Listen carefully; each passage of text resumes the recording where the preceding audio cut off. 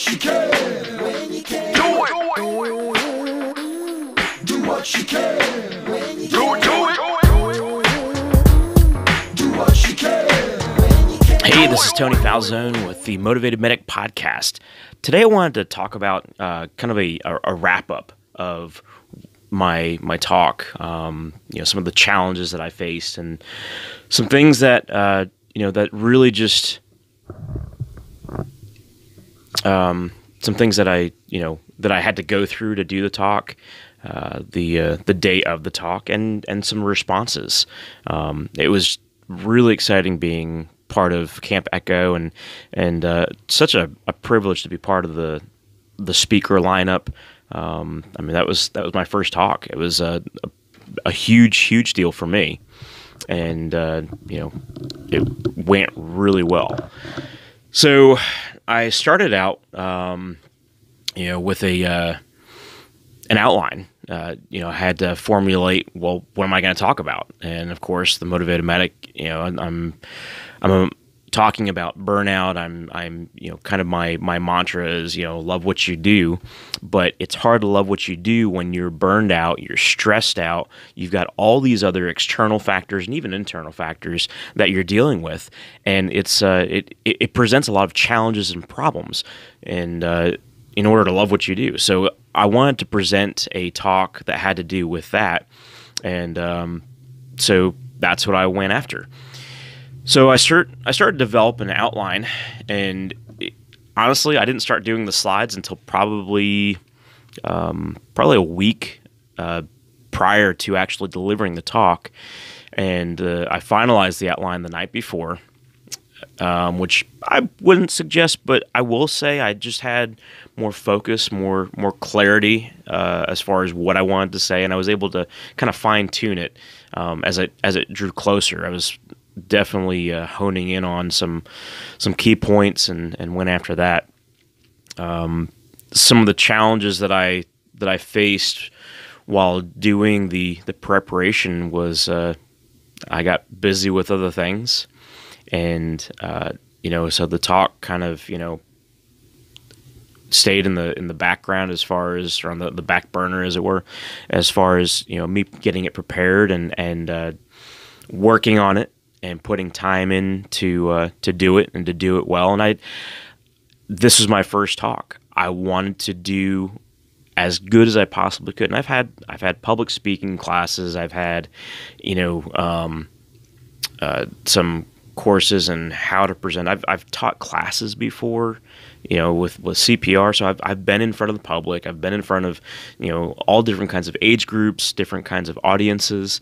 And so speaking to a group was not foreign, but this is a group of people that in part I know, so I was a little intimidated, if you will. There were people in that room that had many more years of service as flight paramedics and flight nurses, and people of different backgrounds with far more experience than I have.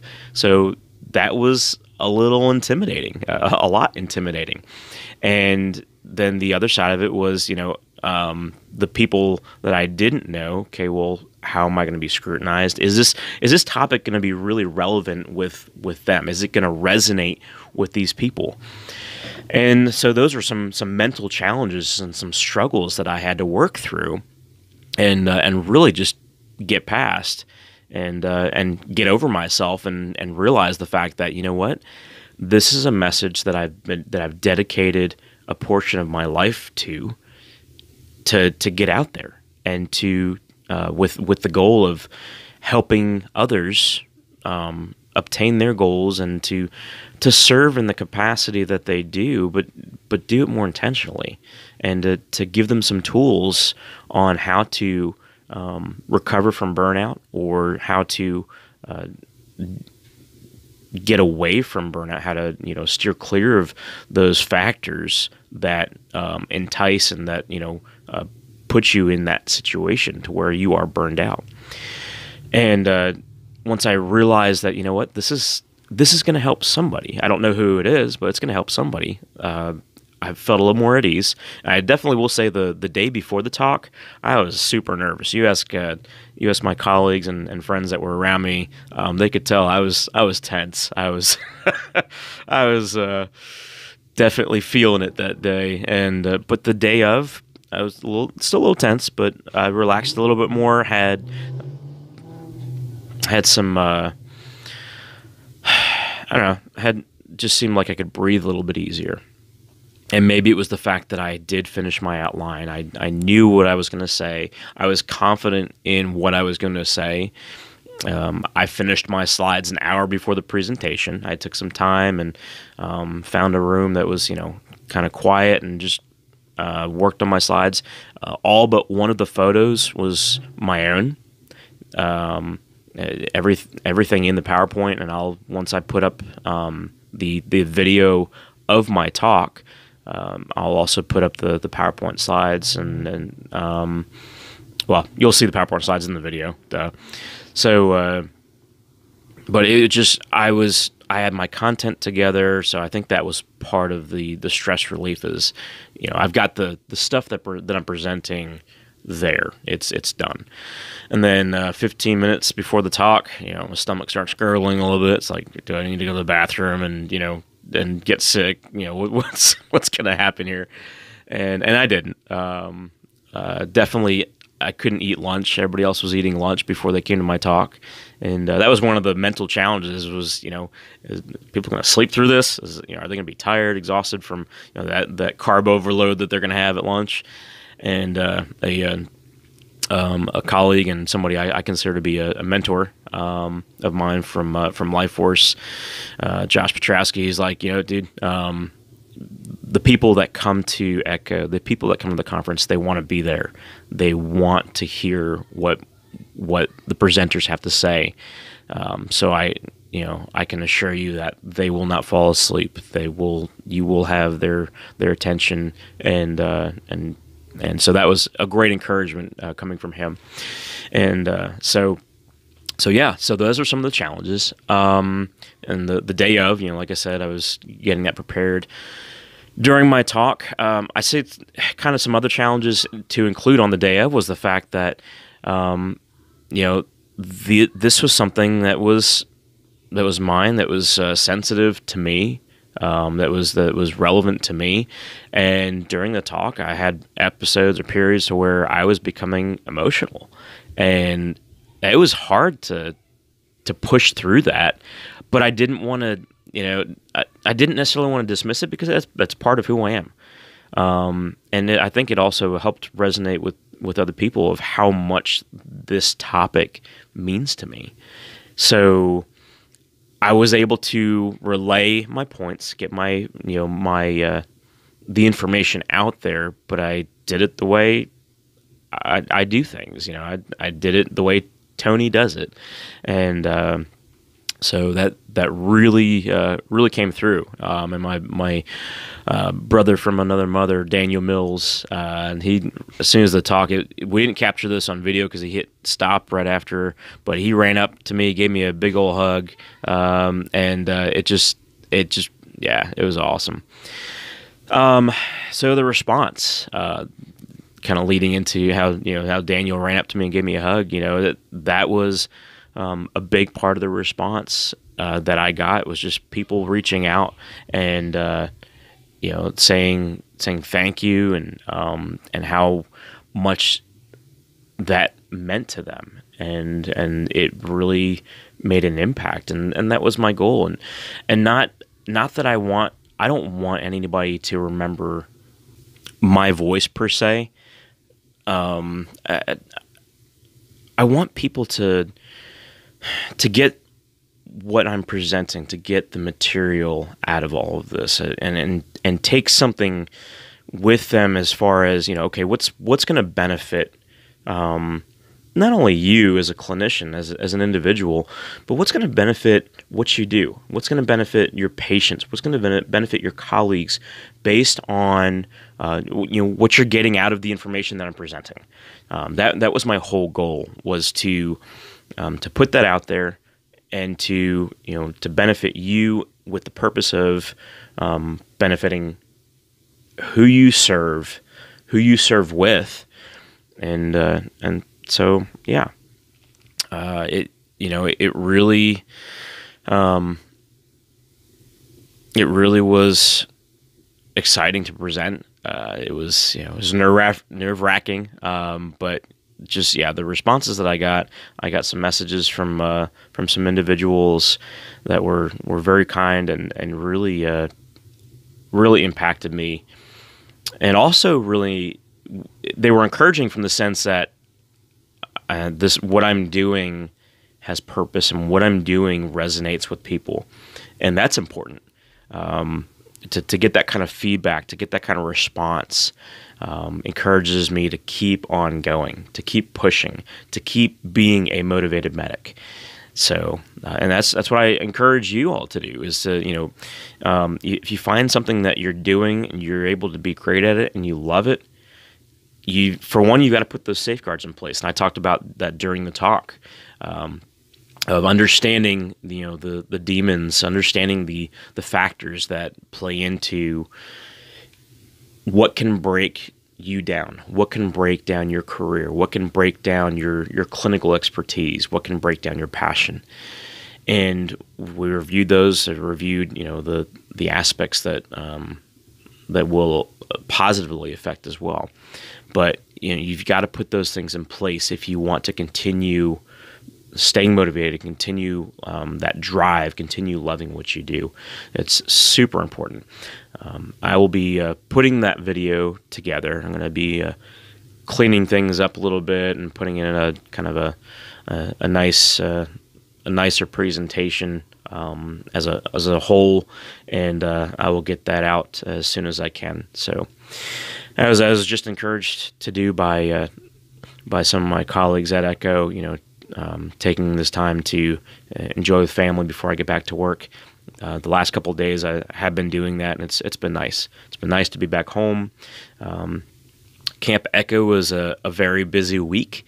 There were a lot of moving parts, but it was so cool to see everybody come together to get the job done, and in the end it made a huge impact, not only with everybody that was there, but with the agencies that were represented, with our host provider, with HealthNet Aeromedical Services, and right there in Pipestem, even the host location, Pipestem, the resort, they were fantastic. I couldn't thank them enough for all the hard work and the dedication that their people put into it.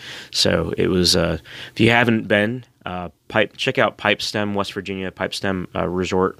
It's their state park, and they got everything from horseback riding, fly fishing, something that I wish I had the time to do, but I didn't get to do, but that's okay. But they've got hiking. You can do camping. They've got cabins, and they have a big lodge. And I think they've got a zip line. They've got a nature center, outdoor pool, indoor pool. So they do year-round lodging, and just really a great location if you're looking to get away. And they do have Wi-Fi. It's not great, but they do have Wi-Fi. So if you need that internet access, they have that. But check them out. And also check out HealthNet, Aeromedical Services. If you're interested in that location, as far as looking for a job, it's a great place to work for. I cannot say enough good things about the organization and the organization's leadership.